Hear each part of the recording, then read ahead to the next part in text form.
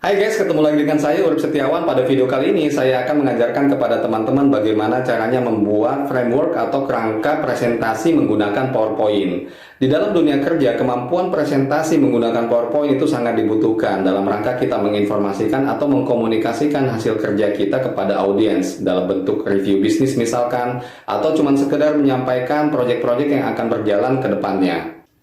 Untuk itu penting buat teman-teman tahu bagaimana caranya membuat kerangka presentasi yang baik dan benar sehingga presentasi kita mempunyai alur cerita yang lebih rapi, lebih terstruktur, visualisasinya pun juga enak dipandang sehingga audiens bisa mencerna informasi yang kita berikan dengan baik dan juga lebih jelas lagi. Ada satu metode yang sangat powerful yang akan kita gunakan dalam membuat kerangka presentasi ini, namanya metode SIMKC. SIMKC singkatan dari situasi, ide, mekanisme, keuntungan, dan closing. Nah, jadi di dalam presentasi tersebut kita akan membuat alur cerita dengan kerangka SIMKC. Gimana caranya? Langsung aja kita menuju ke laptop. Oke guys, jadi di video ini saya bagi menjadi dua bagian. Yang pertama, kenapa SIMKC ini kita gunakan sebagai kerangka dalam membuat presentasi di PowerPoint. Dan yang kedua, kita langsung praktek membuat presentasi di PowerPoint menggunakan metode SIMKC. Jadi teman-teman juga nanti bisa praktek ya. Nah, jadi pada prinsipnya teman-teman harus mengetahui terlebih dahulu presentasi itu adalah sebuah cerita.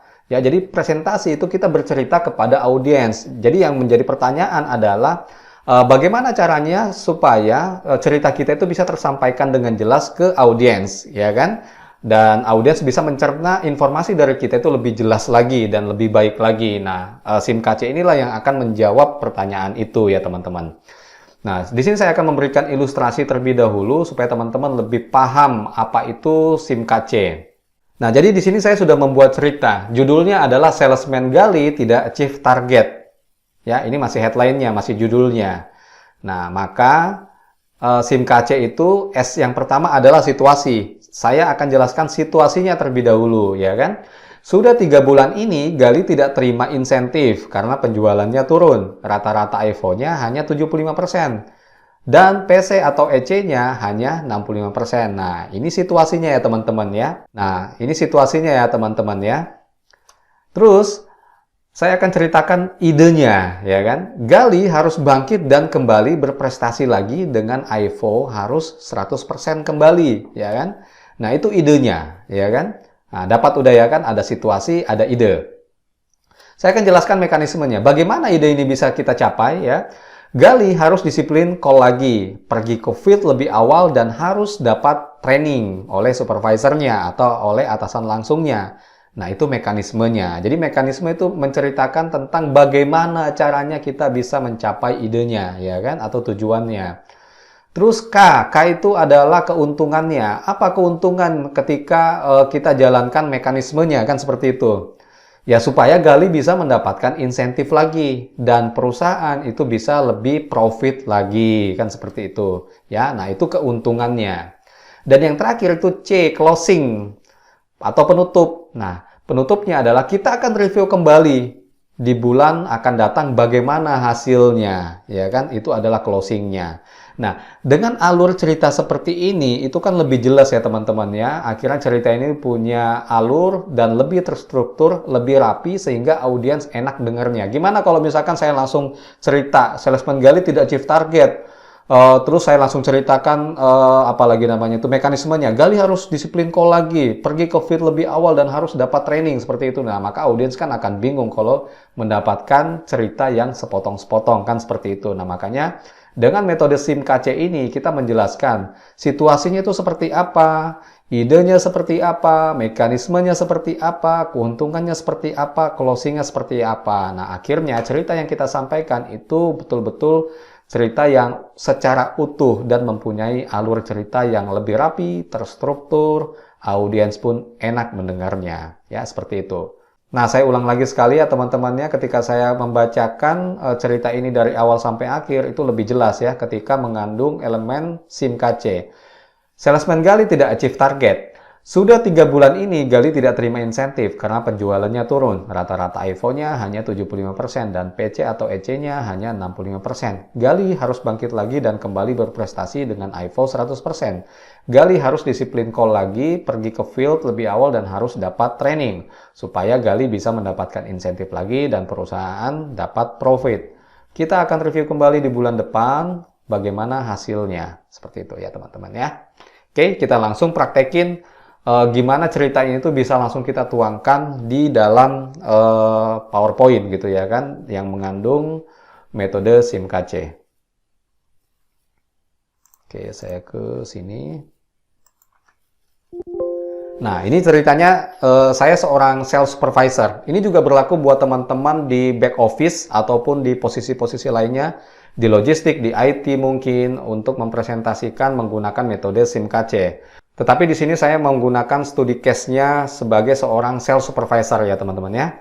Nah, jadi di sini judulnya ya. Jadi kalau presentasi itu harus seperti ini. Business Review Sales Function Balikpapan 26 Oktober 2021. Nah, di sini saya akan jelaskan terkait dengan situasinya terlebih dahulu. Saya merahin seperti ini tuh supaya itu nanti nggak teman-teman munculkan ya. Jadi nanti teman-teman munculkan seperti ini aja ya. Ini hanya contoh aja ya teman-teman ya. Jadi di sini saya berakting sebagai sales supervisor yang mereview bisnis saya dari 5 orang salesman, Nur Alam, Gali, Alan, Budi, dan Jihan ya. Nah, di sini adalah AP3M Ivo selama 3 bulan berturut-turut di bulan Juli, Agustus, September. iPhone-nya di bulan Juli 78, Agustus 88%, September itu 70%. Kita bisa lihat chart-nya seperti ini ya. Di bulan Juli itu 77% dan naik meskipun itu cuma 2% aja di bulan Agustus dan turun lagi 1% di bulan September 78% ya. Seperti kita ketahui bersama bahwa achievement iPhone itu harusnya rata-rata di 95% supaya itu bisa dianggap memenuhi kriteria atau KPI sales supervisor. Dari nama-nama salesman di sini saya breakdown ya. Jadi saya breakdown dari angka ini itu saya breakdown jadi ada 5 orang salesman yang udah terlihat di sini. Nur Alam ya dengan kontribusi average-nya itu 95%. Gali average selama 3 bulan 59%, Alan 54%, Budi 89%, dan Jihan 92%. Dari total 5 orang ini, yang bermasalah adalah Gali dan Alan. Nah, makanya kita akan fokus untuk bisa deep dive terkait dengan pencapaian Gali dan Alan ini. Kenapa? Apa yang menjadi akar masalah seperti itu? Nah, di sini saya akan berakting sebagai sales supervisor lagi ya teman-teman ya. Nah, jadi saya akan fokus kepada data Gali dan Alan saja yang average-nya 59 dan 54% iPhone-nya masing-masing. Setelah saya lihat productive call-nya dari kedua orang tersebut, Gali dan Alan, ternyata average dari productive call atau EC-nya itu hanya di angka 54% untuk Gali dan Alan di 42%. Tapi begitu saya breakdown call-nya, ternyata si Gali call-nya itu bisa dibilang normal ya.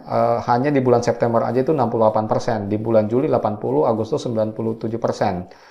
Ya dibilang normal-normal amat juga enggak, karena di angka 82% ya. Mungkin call itu di angka 90% baiknya gitu ya kan. Dan di sini yang kita lihat untuk Alan, di sini terlihat 54% aja ketercapaiannya. Dan ini yang menjadi masalah. Alan ternyata mempunyai masalah di call. Namun Gali itu tidak punya masalah di call. Kita akan cek lagi apa sih yang menjadi permasalahan di Gali. Apakah closingnya yang kurang bagus di toko, seperti itu. Nah, sampai di slide ini, teman-teman jelaskan terkait dengan idenya. Ini adalah goal di bulan Oktober. Saya akan berakting lagi sebagai sales supervisor. Nah, jadi goal kita di bulan Oktober, kita akan membawa tim ini di angka iPhone 100% kembali. Dengan PC 90%, PC atau EC di 90%. Oke, kita ke mekanisme. Setelah kita jelaskan idenya, maka kita harus jelaskan mekanismenya. Mekanisme itu biasanya kan next step ya kan. Jadi langkah-langkah apa yang kita bisa tempuh untuk mencapai idenya. Nah, saya akan berakting lagi sebagai sales supervisor. Nah, jadi next step-nya adalah untuk si Gali, itu kita akan berikan action, training face-to-face communication, dan HOP. Itu akan dilaksanakan di tanggal 5 Oktober 2021. Terus kita juga akan mengkualifikasi si Gali, kualifikasi ke white belt di tanggal 5 November 2021.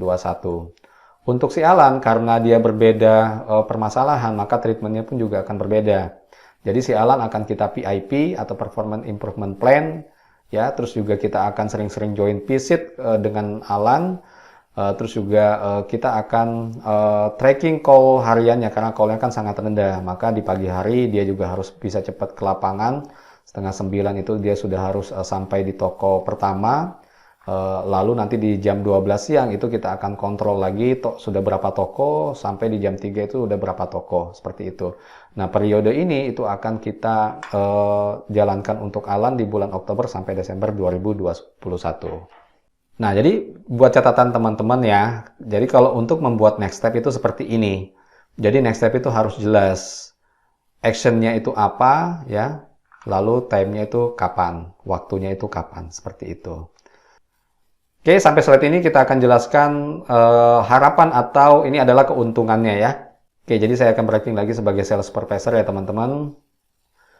Harapannya dengan kita menjalankan mekanisme seperti tadi, maka kita pingin growth 115% untuk bisnis kita di Balikpapan.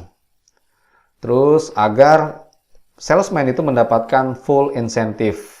Bisa membawa kembali insentif secara full atau 100%. Dan tentunya itu akan membawa dampak kepada organisasi yang lebih bahagia, sehingga keluar masuknya salesman itu juga lebih kecil. Salesman yang resign itu akhirnya lebih rendah lagi, seperti itu. Nah, di bagian closing ini teman-teman jelaskan periode review-nya atau evaluation period-nya. Oke, saya akan briefing lagi sebagai sales supervisor. Kita akan mereview kembali, ya, itu di bulan Oktober, itu untuk review yang pertama, tepatnya di week 4, dan di bulan November, tepatnya di week 4 juga itu untuk review keduanya. Terus di bulan Desember, tepatnya juga di week 4, itu untuk review ketiganya dan hasilnya seperti apa. Kalau kemudian nanti hasilnya buruk, ya maka kita akan memberikan punishment. Namun harapan kita hasilnya lebih baik. Jadi kedua salesman tersebut bisa achieve dan total organisasi salesman saya yang tadi 5 orang itu bisa mencapai 100%. Oke teman-teman, demikian bagaimana caranya membuat presentasi menggunakan metode SIMKC ya. Nah, ada beberapa yang ingin saya highlight sebelum saya akhiri video ini. Pertama, silakan gunakan ilustrasi-ilustrasi ya, ilustrasi-ilustrasi atau gambar-gambar maksudnya, agar tampilan PowerPoint kita itu lebih cantik ya. Terus juga teman-teman dalam menampilkan informasi di dalam PowerPoint itu tidak boleh banyak tulisan ya, tidak boleh banyak tulisan karena namanya aja PowerPoint ya kan, poin-poin saja yang akan kita tampilkan. Kalau bisa itu memang dijelaskan dengan angka, silakan jelaskan dengan angka. Kalau memang data-data yang teman-teman tampilkan itu memang identik dengan angka, maka tampilkan lebih banyak angka-angka dalam menjelaskan kepada audiens. Dan juga ketika kita menyampaikan goals ya, goals itu harus ada angka atau ukurannya. Contohnya seperti ini, goal in Oktober, iPhone-nya itu 100%, PC-nya 90%. Jadi hindarin hal-hal yang sifatnya itu subjektif. Contohnya misalkan, goal in Oktober kita menginginkan kenaikan iPhone, tetapi tidak ada angkanya ya, itu salah ya. Jadi harus ada angkanya sebagai ukuran yang ingin kita capai sehingga audiens bisa menetapkan satu standar ya kan. Siapa tahu aja audiens kita itu adalah atasan kita ya kan, maka dia harus mendapatkan standar itu di angka berapa. PC-nya 90% ya kan. Nah, itu kan sudah standar PC-nya 90%, misal seperti itu ya teman-teman ya. Oke, demikian teman-teman bagaimana caranya membuat presentasi menggunakan metode SIMKC. Semoga ini bermanfaat. Sampai jumpa di video-video berikutnya. Terima kasih.